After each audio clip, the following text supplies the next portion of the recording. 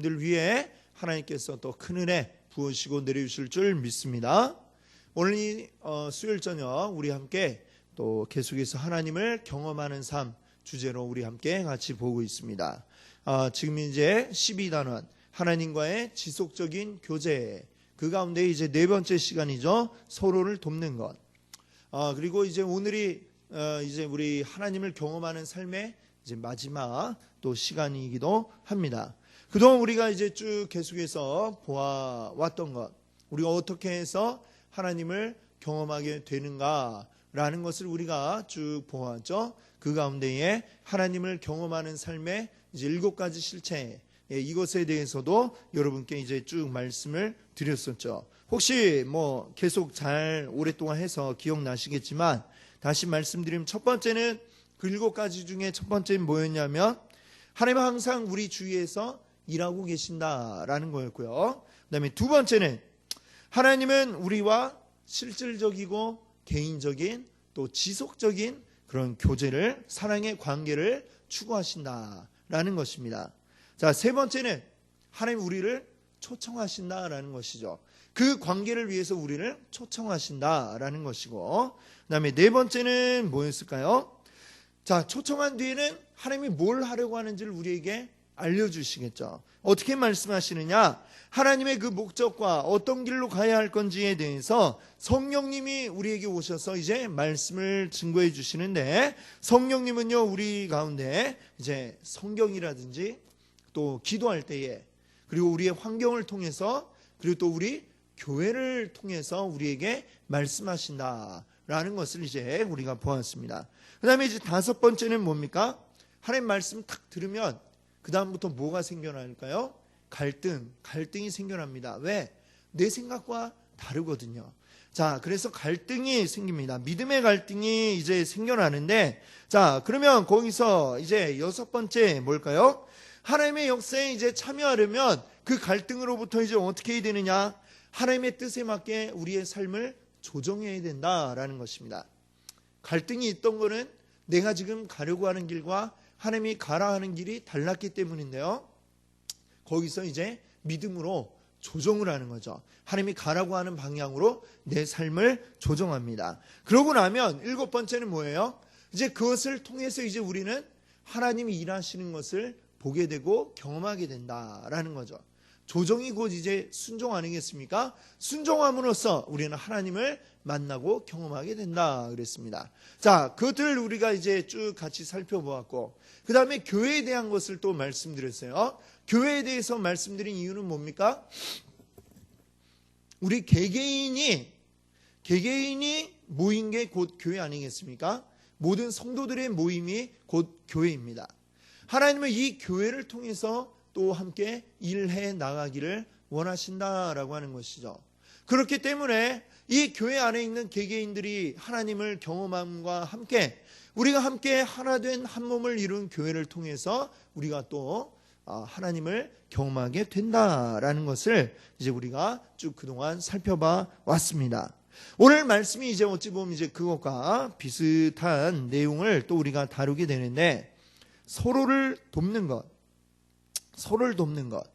우리 주님과 지속적인 교제를 하고 주님과 지속적으로 만나기 위해서 우리가 해야 될 것들 가운데는 서로를 돕는 게 필요하다라는 것을 오늘 말씀드리려고 합니다. 자, 이 교회를 다르게 성경에서 뭐라고 표현하죠?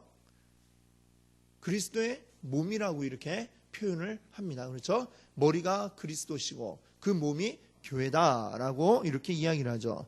자, 우리 그리스도인들은 모두가 서로를 필요로 합니다. 우리 몸 가운데 우리는 일부기 때문에 그런 거예요. 팔만 따로 떨어져 갖고 하나의 몸이 될 수가 없고, 다리만 따로 떨어져 가지고 하나의 몸이 될 수가 없습니다. 예전에 그 영화 가운데 라이언 일병 구하기라는 영화 보셨는지 모르겠어요. 그 노르망디 상륙작전 그 장면이 처음에 나오지 않습니까? 해병들이 이제 막 그 노르망 해변에 이제 상륙을 하는데 포탄이 막 떨어지고 그 장면이 나오죠. 근데 그 너무 이제 사실적으로 막 표현이 되다 보니까 그 중에 이제 어떤 병사는 막 포탄에 자기 팔이 떨어져 나간대. 남은 한 손으로 자기 팔을 붙들고 막 있는 망연자실한 뭐 이런 병사의 모습도 거기에 보고 그랬습니다. 그 팔이 떨어져 나가면 어떻게 돼요? 이제는 좀 전까지는 내 몸이었겠지만 이제는 내 몸이 아니라고 할 수 있겠죠. 떨어져 가지고는 우리는 그 몸을 이룰 수가 없는 것입니다. 우리 몸은 팔은 팔대로 다리는 다리대로 각각이 다 한데 어우러져서 우리가 하나가 될 때에, 그렇게 해서 서로를 도와줄 때에 우리는 온전한 한 몸을 이룰 수가 있다라는 것을 우리가 너무나도 잘 알고 있습니다. 그렇기 때문에 우리는 이 한 몸 가운데서만이 누리고 경험할 수 있는 것들이 우리에게 있는 것이죠. 그냥 팔 하나로 지낼 때에 경험할 수 없는 것을 우리는 하나 된 이 몸 안에서 경험할 수 있는 것들이 너무나도 많이 있게 되는 것입니다. 그렇기 때문에 하나님은 우리에게 이 교회를 주셨다, 이 사실을 우리가 기억해야 되겠습니다. 여러분, 유인물 나눠드린 데 보시면 1번에 살아계신 그리스도께서 모든 믿는 자 안에 거하십니다. 그렇다면 다음 어느 문장이 맞겠습니까? 이렇게 했죠. 자, 1번은 나는 하나님이 다른 신자 안에서 일하시는 것을 경험할 수 없다. 2번, 나는 하나님이 다른 신자 안에서 일하는 것을 경험할 수 있다. 1번과 2번 중에 뭐가 맞을까요? 네, 2번이죠. 2번. 그렇죠? 자, 우리는 교회 안에 있는 게 얼마나 이게 다양한지 몰라요. 내가 직접 경험하지 않더라도 우리 같은 교회 안에 있는 나의 지체들이 경험하는 걸 통해서 나는 또 다른 하나님을, 또 하나님이 일하시는 것을 경험할 수 있는 그런 기회를 얻을 수가 있는 것입니다. 그렇게 해서 우리는 다양한 경험들을 우리 안에 날마다 우리가 겪게 되는 것이고, 그것을 통해 하나님이 살아계시고 일하고 계신다는 사실을 매일매일 같이 우리가 느끼고 경험할 수 있게 되는 줄 믿습니다. 우리의 몸이 하나님을 경험하지 못하게 되면 어떻게 될까요? 우리 몸이 시들시들, 몸이 병에 걸린 것처럼 약해질 수밖에 없습니다. 하나님이 오늘도 일하심이 우리의 머리 대신 그리스도를 통해서 우리에게 명령이 전달되어지고 우리가 일하고 그 일하는 것들을 통해 하나님의 놀라운 일들이 이루어지는 것을 우리가 매일매일 경험해 나갈 때에 그 가운데 하나님이 날마다 살아계심 우리 또한 찬양하면서 우리 안에 더 큰 확신과 그리고 더 큰 놀라운 경험을 통해서 우리는 또 더 큰 일들을 이루어 나갈 수 있게 되는 줄 믿습니다. 아멘. 자, 그러면 이제 그 다음에 보시면 여러분 이 중간 제목들을 이제 잘 눈여겨보세요. 서로를 돕는데 우리가 어떻게 서로를 돕느냐? 제자 삼는 일에 있어서 서로 돕는 것. 자, 이것을 이제 지금 말씀드리겠습니다. 마태복음 28장 19절과 20절 말씀을 우리 한번 읽어보겠습니다. 제가 19절 읽고요, 여러분들이 20절 한번 읽어주세요. 그러므로 너희는 가서 모든 민족을 제자로 삼아 아버지와 아들과 성령의 이름으로 세례를 베풀고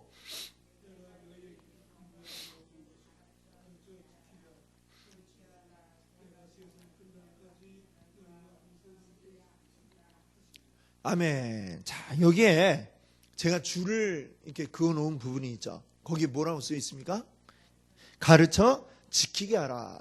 아, 놀라운 것입니다. 이게 왜 놀랍냐? 예수님 우리한테 명령하실 때, 자, 너희는 아버지와 아들과 성령의 이름으로 세례를 베풀고, 그 다음에 내가 너희에게 분부한 모든 것을 가르쳐라 라고 말씀하지 않으시고, 가르쳐 지키게 하라, 이렇게 말씀을 하셨어요. 그 이유가 뭘까요? 가르치는 것? 사실 가르치는 것은 일단 내가 내뱉기만 하면 되는데 그 뒤를 내가 신경 쓸 수가 없어요. 가르치는 것만으로 끝나면. 그러면 어떻게 하라는 겁니까? 자, 내가 이렇게 가르쳤으니까 그 다음은 알아서 하세요, 이게 아니라 가르쳐주고 그 다음에 어떻게 하라는 얘기예요? 그 다음에 이렇게 사세요 라는 거를 알려주고 그 사람이 지킬 수 있도록 인도해 주어라 라고 하는 것까지 예수님이 말씀하셨음을 우리가 기억해야 되겠습니다. 그냥 알려주는 것, 지식적으로만 많이 알면 뭐합니까? 어떻게 하는지 제대로 모르면 어떻게 되겠습니까? 아무리 제대로 머리에 있어도 이게 뒤죽박죽이면 어떻게 해야 될지 모르고 할 줄 모르고 그렇게 될 수밖에 없죠. 자, 새로 누군가가 교회에 왔습니다. 교회 왔어요. 그래서 막 이렇게 하나님에 대해서도 알려주고 예수 통해 구원받는다라는 것도 알고 아멘으로 이제 화답을 하고 이제 다 내가 믿음 가졌다. 그러면 거기서 끝입니까? 그 사람이 계속해서 믿음의 길을 가기 위해서는 수많은 그런 이 굴곡을 지나쳐가지 않으면 안 되는 것이죠. 새 신자가 이제 아주 성숙한 신자가 되기까지는 자라나야 하는 거 아니겠습니까? 성경이 표현한 대로 아직 어린아이와 같은 믿음을 가지고 있고 그가 어른과 같이 성숙한 믿음을 가지려면 굉장히 오랜 기간 또 믿음 안에서 많은 사람들의 도움을 받아야 이렇게 성장해 나갈 수가 있는 것입니다. 사람이 어때요? 사람이 자라나는 게 똑같죠. 어린아이 응애 하고 태어났으면 그냥 내버려두면 알아서 자라납니까? 전혀 그렇지가 않죠. 우리 짐승들 같은 경우에는 보면은 이제 말이 이제 새끼를 낳았다. 그러면 어떻습니까? 말이 이제 새끼 나오면 이제 망아지가 이제 탁 나오잖아요. 그럼 막 이렇게 태어나갖고 처음에 약간 비틀비틀하다가 금방 딱 일어나갖고는 그때부터 계속 뛰어다닙니다. 그렇죠? 말, 송아지, 이런 것들 모든 짐승들이 보면 다 대부분 그래요. 태어나면 얼마 안 있으면 막 걸어다니고 그러는데 사람은 얼마나 걸립니까?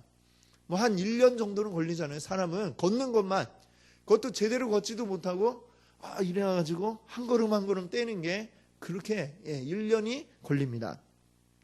그리고 완전히 어른이 되기까지는 우리가 미성년자 이제 지나가려면 한 20살이 넘어야 되잖아요. 20살. 그렇죠?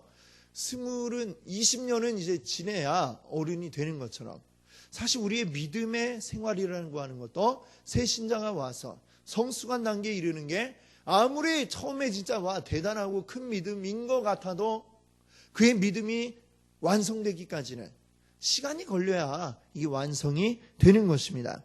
그러면 그것을 혼자서 어떻게 그걸 깨달아서 해나가겠습니까? 할 수도 있지만 그거는 굉장히 어렵고 굉장히 많은 그런 중간에 어려움을 겪게 될 것이고 그 다음에 또 이제 넘어지고 많은 힘이 들 수밖에 없을 것입니다. 그렇기 때문에 하나님은 교회를 우리에게 주셨다는 거예요.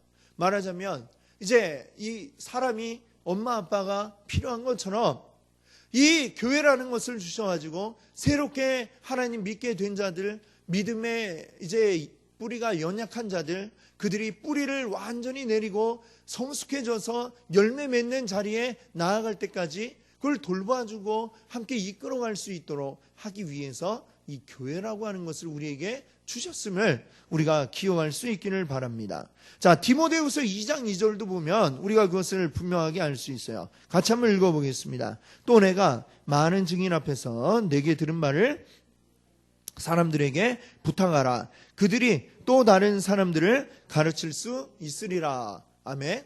자, 바울이 생각한 것은 복음이 전해지는 게 처음부터 1대1로만 이렇게 해가지고 한 사람이 혼자 잘 믿다가 또 누구 이렇게 하고 그게 아니었다는 것을 우리가 알 수 있죠. 너는 다른 충성된 사람이 아니고요. 충성된 사람들에게 부탁하라. 그러면 그들이 또 다시 어떻게 한다고요? 또 다른 사람들을 가르친다. 자, 계속해서 가르치고 지키게 하고 그 안에서 양육이 되어지는 이러한 일들이 일어나야 하는 것입니다. 그렇기 때문에 하나님은 우리에게 교회를 주셨다는 것이죠. 어떻게 보면 이 교회는 믿음의 인큐베이터라고 이렇게 이야기할 수도 있을 것 같아요. 인큐베이터. 아직 혼자 호흡도 제대로 할 수 없는 그 미숙한 아기를 인큐베이터 안에 넣지 않습니까? 영양을 공급하고 호흡을 할 수 있게 해주고 온도를 잘 맞춰주고 이 일을 교회가 감당해내야 하는 것이고 교회를 떠나서는 인큐베이터를 벗어난 그 미숙한 아이가 인큐베이터 밖에 내던져진 것처럼 그렇게 될 수밖에 없음을 우리가 기억해야 되겠습니다. 항상 교회라고 하는 울타리 속에서 우리들이 믿음을 함께 이루어가도록 주님이 만들어 놓으셨음을 우리가 기용할 수 있기를 바랍니다. 자, 그렇다면 자, 이 문 2번을 한번 보세요. 요 다음 목록들을 보시고 예수님 따르는 것을 그리스도 몸 안에서, 즉 교회 안에서 배우는 것이 왜 당신 혼자서 성숙하려고 노력하는 것보다 더 나은지, 자, 맞게 이야기되어 있는 것들이 한번 표시를 해보자 그랬습니다. 자, 읽어보시고 맞다고 생각하시면은 맞다고 얘기를 해주세요. 자, 1번을 한번 보겠습니다. 내가 용기를 잃을 때 다른 사람들이 내가 정진할 수 있도록 용기를 준다. 맞습니까? 예, 맞죠. 교회 안에서 우리가 교회 안에 있어야 될 이유가 이런 것입니다. 내가 용기를 잃을 때 그때 다른 이들이 옆에서 나를 다독거려주고 나를 일으켜줄 수 있는 그 일들이 교회 안에 이루어져야 하는 것이죠. 두 번째는 한번 같이 읽어볼까요? 성숙한 그리스도인의 삶을 가까이서 봄으로써 나도 주님과 좀 더 비슷한 삶을, 아멘. 그렇습니다. 이건 맞을까요? 틀릴까요? 네. 아멘 한 걸 보니까 맞겠죠? 네. 그렇죠? 맞습니다. 그렇죠? 우리가 교회 안에서 우리 믿음이 성숙한 자가 있고 연약한 자들이 있죠. 연약한 자들은 나보다 더 성숙된 자들의 모습을 보면서 우리가 서로 본받고 따라가고 이렇게 그들과 같이 나도 되기를 소망하면서 이렇게 닮아가면서 배우는 이런 일들이 있게 됩니다. 마치 집 안에서 어린아이들이 그 부모의 하는 것을 보고 그대로 따라가듯이, 사실은 교회 안에서 또 믿음의 연륜이 오래된 자들, 그들을 보면서 믿음이 아직 이제 처음 시작한 자들은 보고 따라가게 되어 있는 것이죠. 자, 그래서 내가 연약할 땐 잘 보고 따라가야 되고요. 또 내가 이제 좀 어느 정도 연배가 되어서는 이제 잘 또 이제 보시고 따라올 수 있도록 내가 또 잘 정말 책임감을 가지고 열심히 살아야 될 그런 이유가 또 여기에 있는 것입니다. 자, 세 번째, 다른 사람들이 모범을 보여주기 때문에 어떻게 그리스도인의 삶을 영위해야 하는지 잘 배우게 된다. 맞습니까? 틀립니까? 맞습니다. 그렇죠? 자, 서로 모범을 보여주기 때문에 내가 어떻게 그리스도인의 삶을 살아가야 되는지를 잘 알 수가 있게 됩니다. 자, 네 번째, 내가 진리에서 벗어나 그릇된 가르침에 빠질 때에 하나님이 그분의 말씀과 성령님과 교회를 통해 말씀해 주신다. 맞을까요? 틀릴까요?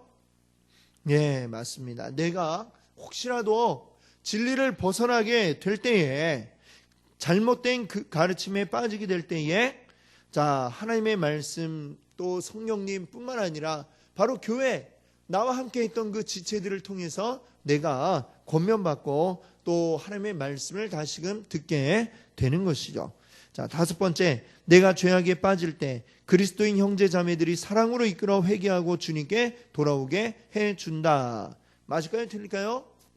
맞습니다. 그렇죠? 아직까지 다 맞네요. 그렇죠? 자, 그렇습니다. 내가 죄 가운데 빠질 때에도 또 함께 지체된 우리 믿음의 형제 자매들이 우리를 사랑으로 이끌어 회개하고 주님께 돌아오게 하는 줄 믿습니다. 자, 여섯 번째, 하나님이 동료 그리스도인에게 영적인 깨달음을 주시면 나는 그 진리를 그 사람과 나누고 성령님이 확신시켜 주심에 따라 배울 수 있다. 맞을까요? 틀릴까요? 맞습니다. 그렇죠. 이것도 맞죠. 그러니까 우리 안에서 우리가 또 이 성경 이제 묵상을 하고 같이 나눌 때에 유익한 점이 바로 이런 거죠. 내가 미처 그 말씀 속에 깨닫지 못했던 것을 또 다른 이들이 깨달아서 또 이야기하고, 그런 걸 나눔으로써 우리가 성경 말씀, 늘 잘 아는 말씀이지만 그 속에서 새로운 또 하나님의 은혜를 깨달을 수 있는 그런 유익함이 있습니다. 자, 그 다음에 7번, 하나님이 다른 지체들을 통해서 내가 그리스도인 몸에서 어떤 구실을 해야 하는지 확신시켜 주심으로 나는 하나님의 뜻을 알 수 있다. 맞을까요? 틀릴까요? 네, 맞습니다. 그렇습니다. 우리 다른 지체들을 통해서 또 나에게 깨달음을 주는 이런 일들이 교회 안에 일어나죠. 8번, 하나님이 나를 통해 역사하심으로 다른 신자들의 인생에 깊은 감명을 주는 것을 경험할 때 나는 신이 난다. 맞을까요? 틀릴까요? 예, 맞습니다. 그렇죠. 자, 교회 안에서 하나님이 또 나를 통해 역사하시는 때가 있습니다. 그래서 나를 통해 다른 성도들이 또 신앙에 깊이 있는 것을 또 알게 되고, 그런 걸 또 내가 보면 나는 또 더 신이 나서 더 열심히 또 믿음의 생활을 할 수 있는 그런 원동력을 얻을 수 있겠죠. 자, 9번 다 같이 한번 읽어볼까요? 하나님이 나를 사용하셔서 그리스도의 몸을 세우시고 다른 성숙을 향해 성장하게 하실 때 만족감을 느낀다. 네, 자, 맞습니까?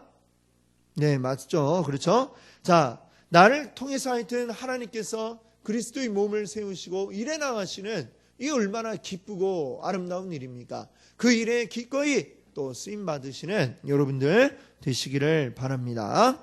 아멘. 그래서 이 모든 것들 다 맞는 얘기들이죠. 1번부터 9번까지 이 얘기들처럼 우리가 교회 안에서 함께 서로를 돌볼 때에 이런 유익함을 우리가 날마다 누릴 수 있게 되는 줄 믿습니다. 아멘. 자, 그러면 한번 그 다음에 우리 히브리서 10장 24절과 25절 우리 오늘 처음에 읽었던 말씀인데요. 같이 한번 읽어보겠습니다. 다 같이 함께 읽겠습니다. 서로 돌아보아 사랑과 선행을 격려하며 모이기를 패하는 습관과 같이 하지 말고 오직 권하여 그 날이 가까움을 볼수록 더욱 그리하자. 아멘. 자, 이 말씀을 보니까 뭐라고 이야기하고 있습니까? 우리가 서로 어떻게 도울 수 있다고 얘기하죠? 그냥 뭐 여기 나와 있는 대로 서로 어떻게 하래요? 돌아보아라. 서로 돌아보라. 이렇게 얘기하죠. 그리고 또 무엇을 격려한대요? 사랑과 선행을, 서로 우리 한몸된 지체들을 사랑하는 것, 또 우리 이웃들을 위해서 선행을 하는 것을 격려하라는 거죠. 격려하라는 건 뭡니까? 잘하면 잘한다고 칭찬을 해주고 더 잘하도록 이렇게 해주는 게 격려인 것이죠. 사랑함과 그리고 이웃을 돌보는 이러한 선행들을 더욱더 격려해서 잘하도록 이렇게 흥을 돋궈주는 것, 이런 것들이 바로 우리가 서로를 돕는 일이다라는 거죠. 그런데 자, 뭐 하지 말라고 그래요? 모이기를 패하는 어떤 사람들의 습관과 같이 하지 말라. 자, 그리스도 안에서 서로 이 돕는 것을 가로막는 게 뭐냐?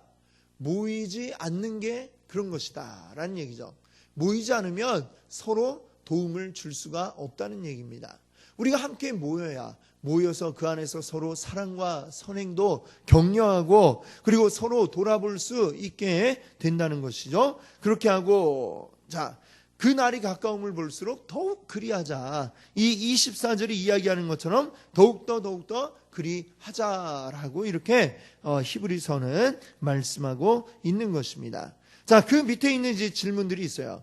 우리가 이 교회 안에서 여러분이 할 수 있는 일들이 무엇일까라는 것을 우리가 한번 여러분들 고민해 보시고 한번 여기에 적어 보시길 바랍니다. 지금 좀 한번 집에 가셔서 요거는 숙제로 드릴 테니까, 내가 이걸 하려면, 자, 다른 신자들이 하나님 그리고 또 우리 서로를 그리고 잃어버린 세상을 사랑하도록 내가 격려할 수 있는 방법이 뭘까?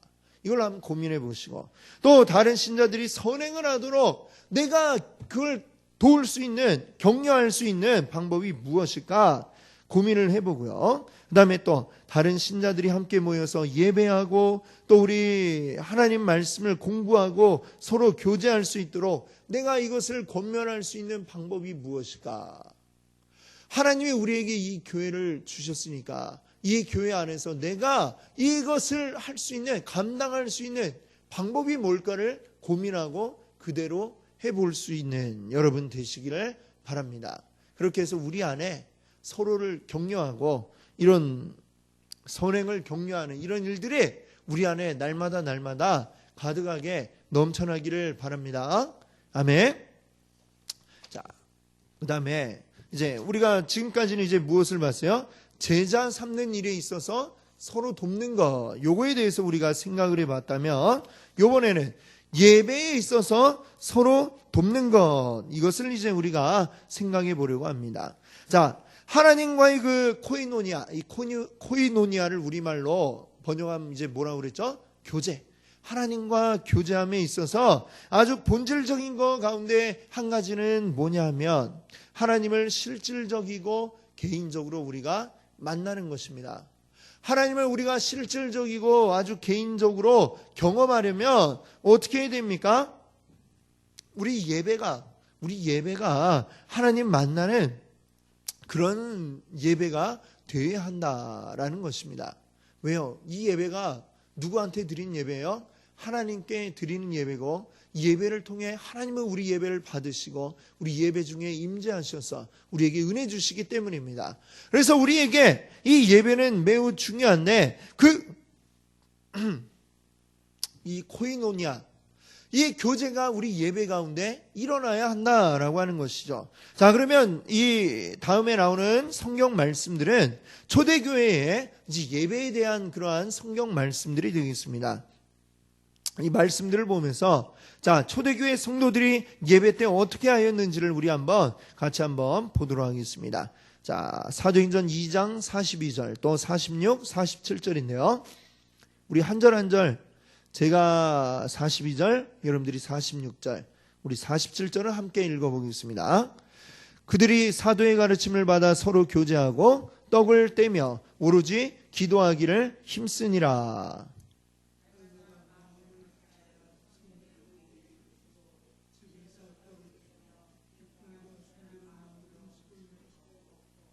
함께합니다. 하나님을 찬미하며 또 온 백성에게 칭송을 받으니 주께서 구원받는 사람을 날마다 더하게 하시니라. 아멘.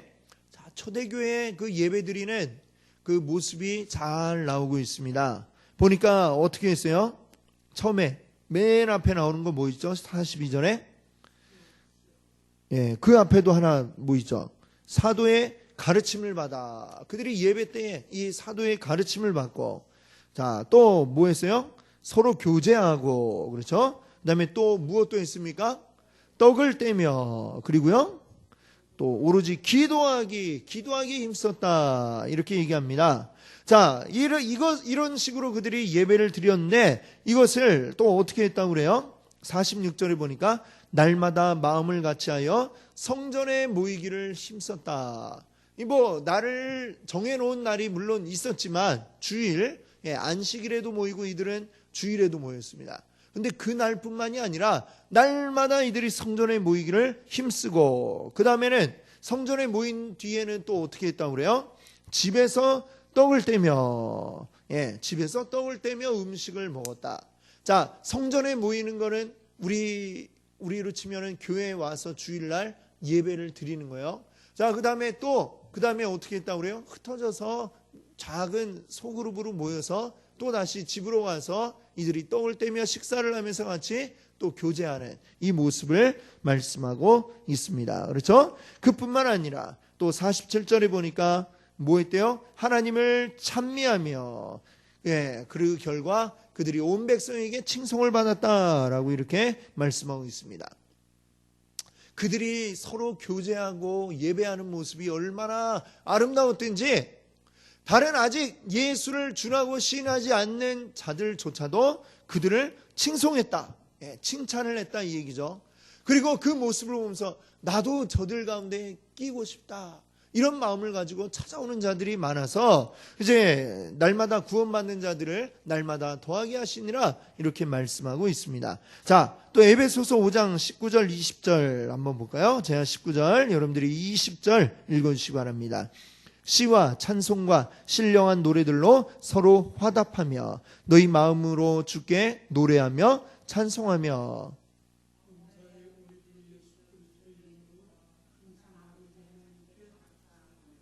아멘.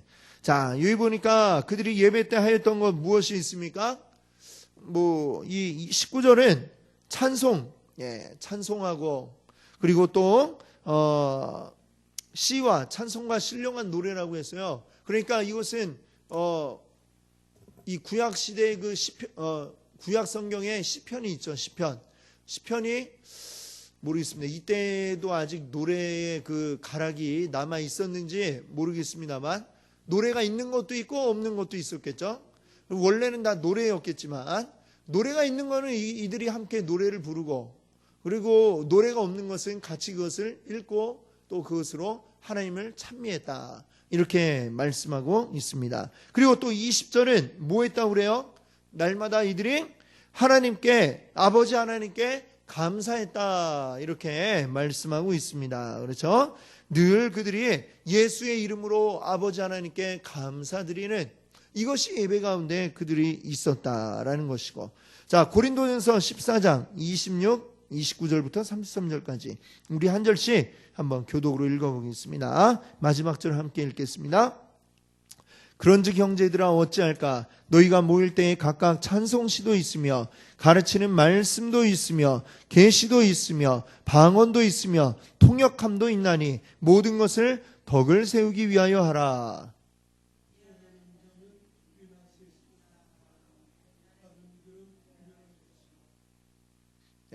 만일 곁에 앉아 있는 다린이에게 계시가 있으면 먼저 하던 자는 잠잠할지니라.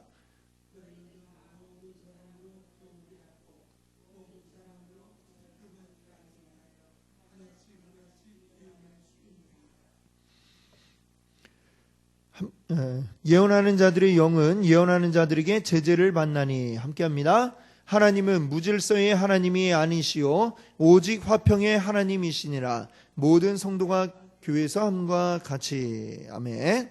자, 이 말씀들에 보니까 예배 가운데 어떤 일들도 있습니까? 쉽게 말하면 이제 성령의 어떤 은사 사역들이 또 예배 중에도 이루어졌죠. 처음에는 26절에 보면 찬송도 있고요. 그 다음에 또 무엇도 있어요? 가르치는 말씀, 지금과 같은 설교 말씀도 있고, 그 다음에 또 무엇도 있습니까? 계시가 있고, 또 방언도 있고, 통역함도 있고. 예. 자, 통역은 요즘에 외국인 예배 같이 미국 사람이 오면 영어로 통역을 해주고 이런 게 아니고, 이제 방언 통역하는 것을 이야기하는 것이죠.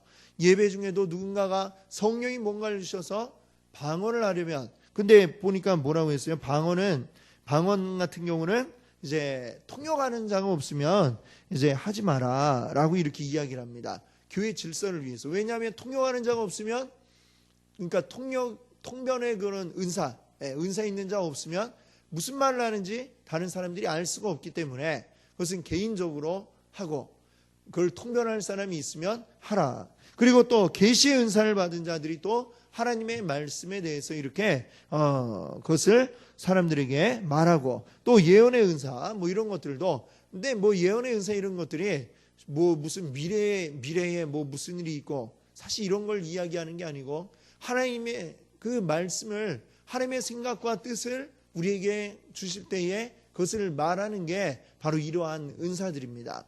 이것이 좀 오늘날에는 너무 잘못되어서 어떤 좀 이상한 그 교회들이 있어요. 이상한 교회는 막 예언의 은사를 다 받으라고 하면서 막 기도하다가 막 그걸 또 핸드폰으로 녹음을 하고 나중에 또 들어보라고도 하고 막 이런 그런 이상하게 하는 게 있는데, 그런 거에 우리가 유혹당하거나 넘어가서는 안 되고, 하나님께서 필요하면 또 예언의 은사도 우리에게 주시지만 그걸 억지로 이걸 달라 해서 이렇게 막 억지로 하고 막 하면은 분명히 그런 데는 이상한 기운이 있는 것이죠. 그런 것들을 우리 경계해야 되겠고요. 그 다음에 그래서 여기 이제 그런 것들을 모든 것을 28절에 보면 뭐라고 얘기했어요? 모든 것을 26절이네요. 덕을 세우기 위하여 하라라고 했습니다. 덕을 세우기 위하여. 자, 각자의 은사를 주셔서 그걸 예배 중에도 사용할 수 있는 은사들이 있는데, 이것들을 사용할 때에 무분별하게 무작정 막 쓰는 게 아니라 무엇을 위해서 하라 했습니까?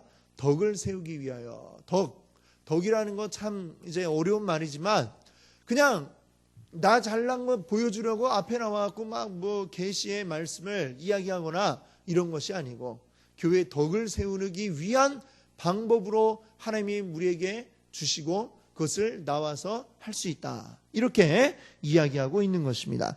예언이나 뭐 이런 것도 그렇고요. 그러면 그걸 통해서 누군가에게 권면이 이제 있다. 그러면 그를 듣는 자는 또 이것을 또 하나님이 이 지체를 통해 나에게 말씀하시는구나. 그것을 또 받아들이고 그렇게 해서 모든 것을 33절에 그래서 뭐라고 얘기해요? 하나님은 무질서의 하나님이 아니시오 오직 화평의 하나님이시니라. 그렇습니다. 오직 화평의 하나님, 무질서의 하나님이 아니시다 그랬습니다. 하나님은 질서 있는 하나님이신 것을 이제 기억하시기 바랍니다. 그래서 이런 어떻게 보면 오늘날 우리 교회 예배 가운데는 뭐 이런 것들이 거의 이제 하진 않습니다만, 그러나 이런 성령의 은사들이 나타나는 이러한 예배들도 이 초대교회에는 분명히 또 예배 가운데도 있었다라는 것이죠. 성령이 일하시면 그것을 굳이 이제 막지 아니하고 그런 것들이 나타나는 예배를 또 그들이 드렸음을 우리가 볼 수 있습니다. 그 모든 것들을 통해서 이제 결국은 무엇입니까? 서로가 서로를 돕고, 결국 그 말이 덕을 세운다는 말이 결국 그거일 것 같아요. 서로가 돕는 것, 이것이 곧 덕을 세우는 거겠죠. 우리가 누구를 깔아뭉개고 그를 비판하거나 아주 그냥 몹쓸 사람으로 만드는 게 아니라 충분히 덕을 세워서 교회 안에서 함께 자라간다라고 에베소서는 이렇게 이야기하지 않습니까? 함께 지어져 가느니라. 집을 지어가듯이 우리가 함께 지어져 가고 자라가는 이 모습이 이루어져야 되겠다. 그것으로 서로 예배를 통해 우리가 서로 돕는다라는 사실을 기억할 수 있기를 바랍니다. 자, 그러면 5번에 다음 중 어떤 문장이 당신이 교회 예배 시간에 개인적으로 경험하는 것을 잘 표현하고 있습니까? 자, 어떤 것이 우리에게 요구되는 것이냐? 첫 번째, 나는 하나님의 임재하심을 느낀다. 나는 하나님이 나를 인도하심을 느낀다. 나는 하나님이 우리 가운데 역사하시고 계심을 통해 다른 사람들과 함께 기뻐한다. 나는 돌아오는 주에 그리스도와 같은 삶을 살아야겠다는 마음을 가진다. 어때요? 좋은 것 같습니까? 예, 이렇게 되면 좋겠죠? 예, 이렇게 여러분들 다 되시기를 바랍니다. 아멘. 자, 그럼 나머지 두 개는 어떤 게 문제가 있는지 한번 볼까요? 나는 가끔 하나님이 내 인생에서 우리 교회에 무언가를 하고 계신다는 걸 느낀다. 대부분 나는 교회에 갈 때 가졌던 똑같은 마음을 가지고 집에 돌아온다. 네, 이거는 이럴 수도 있는데 이게 바람직한 건 아닌 것 같아요. 그렇죠? 가끔씩만 하나님이 뭔가 하신다는 걸 느끼고, 그리고 교회 갈 때 돌아올 때 마음이 똑같아갖고 이제 되면 안 되겠죠. 날마다 하나님 주시는 은혜가 우리 안에 기쁨이 넘쳐나야 될 줄로 믿습니다. 아멘. 자, 세 번째 거, 나는 하나님이 우리 예배 시간을 통해 역사하시는 걸 거의 느끼지 못한다. 예배 시간이 냉랭하고 형식적이다. 이렇게 느낀다. 이거는 이제 제일 최악의 그런 상황이겠죠. 이렇게 되면 안 되겠죠. 우리 예배는 첫 번째처럼 늘 하나님의 임재하심을 느끼고 하나님의 인도하심을 느끼고 우리를 또 새롭게 하시는 이런 역사가 날마다 느껴지고 경험되는 우리 예배 되기를 원합니다. 아멘.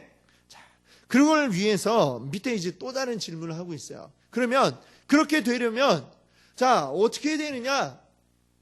뭐라고 질문하고 있습니까? 예배를 시작하기 전 당신은 마음의 준비를 위해 얼마만큼의 시간을 소비합니까?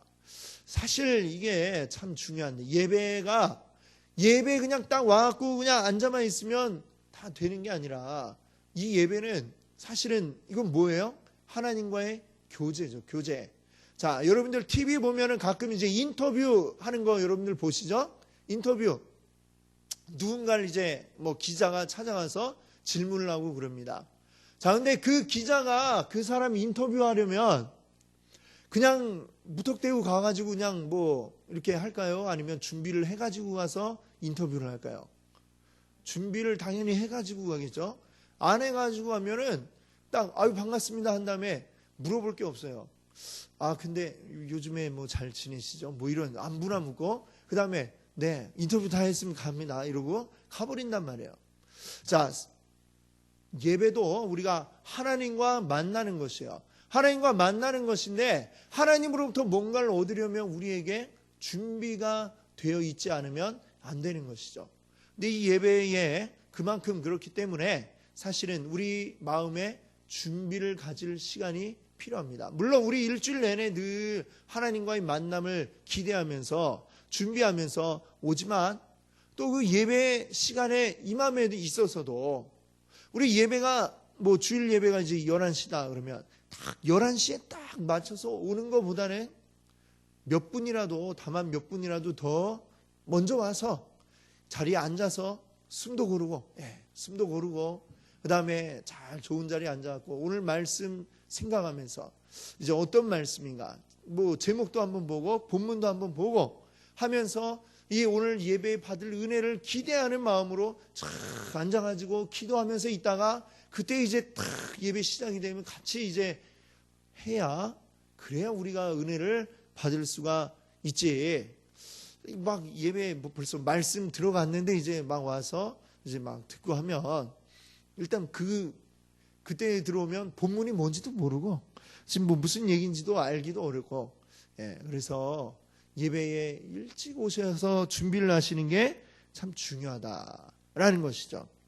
준비를 해야 그만큼 예배에서 내가 더 많은 은혜를 누릴 수 있게 되는 줄 믿습니다. 아멘. 자, 그리고 예배 시간을 위해 자신을 좀 더 준비시키려면 무엇을 해야 한다고 생각합니까? 뭐 쭉 얘기했던 것처럼 미리 좀 마음의 준비와 또 하나님 은혜를 간구하는 그런 마음으로 기도하면서 그 예배에 대한 간절한 기대와 소망, 하나님의 은혜 주실 거에 대한 사모함을 가지고 이렇게 마음의 문을 막 열고 있어야지. 그래야 이제 하나님의 은혜가 막 이 열린 마음으로 막 쏟아져 들어오게 되리라 믿습니다. 아멘. 그런 은혜들 우리 이 자리에 계신 모든 성님들 위에 넘쳐나게 부어주실 줄 믿습니다. 아멘. 그걸 위해서 잘 준비하시는 여러분 되시기를 바랍니다. 자, 그러면 이제 마지막으로 순종함에 있어 서로 돕는 것. 자, 이거 좀 어떻게 보면 참 오늘 이제 마지막 얘기인데 또 상당히 좀 어려운 부분이기도 한데 우리가 잘 봐야 되겠습니다. 자, 6번에 있는 당신이 그리스도인 형제 자매가 자신의 해가 될 일을 하고 있다면 어떻게 해야 될까요? 말하자면 이제 죄 짓고 있는 어떤 형제 자매를 볼 때에 어떻게 해야 되느냐? 1번, 나는 그 사람을 화나게 하는 어떤 말도 하지 않겠다. 2번, 나는 마음을 넓게 가지고 그 사람의 그릇된 행실을 용납할 것이다. 3번, 나는 그에게 암시를 주고 내가 전하는 뜻을 알아주기를 바랄 것이다. 4번, 나는 그 사람을 개인적으로 찾아가서 그 사람이 잘 되기를 바라는 내 마음을 얘기하고 징계의 말씀이 담긴 성경 구절을 함께 읽을 것이다. 5번, 나는 교회로 직접 가서 교회에서 그 사람을 내쫓을 것을 건의할 것이다. 점점 1번부터 5번까지 갈 때 강도가 조금 세지는 것 같아요. 그렇죠? 여기서 제일 바람직한 게 뭘까요? 4번이 되겠죠. 4번. 그렇죠? 4번. 자, 근데 이제 문제는 뭐냐면 대부분이 그걸 이제 좀 이렇게 얘기하면 저 사람 또 삐지지 않을까? 뭐 이런 마음 때문에 이제 일단은 뭐 1번이나 2번에서 이제 그냥 그러고 있다든지 아니면 최대한 이제 용기를 내서 3번 정도로 넌지시 이제 뭐 한다든가 이런 정도가 됐을 때에 사실 이제 잘 알아듣기 어렵다 이렇게 생각이 됩니다. 영적으로 늘 깨어 있어야 넌지시 말하는 것도 알아듣지. 지금 뭐 이제 좀 잘못된 길로 가고 있다 할 때에는 바로 말해주는 게 제일 빠르고 좋은 것 같아요. 근데 문제는 뭐냐면 요거를 건너뛰고 5번으로만 이제 바로 가는 뭐 이런 경우들. 이런 경우들이 또 있다 이거죠. 자, 오늘날 현대교회에서는 사실 이제 7위 교회 우리 이제 교회 그 교단 헌법이 있어요. 헌법에 보면 7위라고 하는 부분이 또 있어요. 7위. 그렇죠? 잘못된 거에 대해서 이제 권징, 징계를 주고 벌을 주고 하는 부분도 있지만 사실상 이제 오늘날 현대교회에서는 거의 뭐 그런 부분이 없다라고 봐도 이제 상관이 없죠. 그런 이유가 사실 뭐 이 교회에서 뭐 무슨 벌을 준다고 해서 겁낼 사람도 없고, 벌 받으면 뭐 여기만 교회냐, 또 다른 데 가면 되지, 뭐 이렇게 생각하기도 하고. 그런데 그러니까 이제 종교개혁이 일어났던 뭐 그 시기까지만 해도 이런 것이 굉장히 엄격하게 이제 있었습니다. 근데 오늘날 우리가 이렇게 징계라는 걸 멀어지게 만든 이유 중에 하나는 뭐냐면, 때때로 이 징계라고 하는 것들이 경솔하게 이제 막 사용이 되어지고, 또는 아무런 그 사랑의 어떤 메시지 없이 징계만 이렇게 내리려고 하면 이것이 이제 문제가 되는 경우가 많이 있어 왔기 때문에, 그러다 보니까 아예 징계라는 게 이제 지금은 사라진 그런 모습이 된 거죠. 그러나 성경에도 보면 이제 히브리서의 10장에 그런 말씀이 있잖아요. 징계가 없으면 아들이 아니다 라고는 말씀이 있지 않습니까?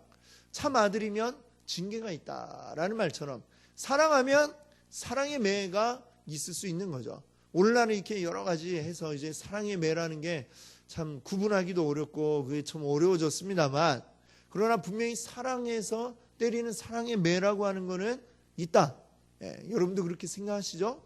그럼 우리 교회 안에서도 누군가가 이제 엇나가고 있을 때에, 그때에 중요한 거는 사랑으로 먼저 그를 잘 보듬어주고, 그리고 그에게 잘못한 걸 이야기해주고, 그가 바로 돌아올 수 있도록 이끌어가는, 이게 중요합니다. 그래서 성경에 보면 마태복음 18장 15절 17절에 보면 예수님이 하신 말씀이 있어요.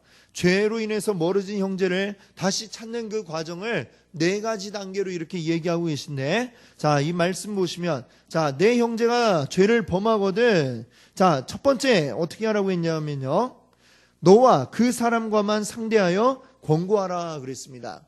일단 개인적으로 가서 그 사람을 권면하라 라고 하는 거죠. 네가 지금 잘못하고 있다 하면서, 자, 어떻게 이렇게 잘 해야 되지 않겠냐, 권면을 해보라는 거죠. 만일 들으면, 내 말을 듣고 돌아오면 너무나도 감사한 일이고, 그런데 만약에 듣지 않으면 그 다음에 어떻게 하라고 그랬어요? 16절에 한두 사람 데리고 와서 두세 증인의 입으로 말마다 확증하게 하라.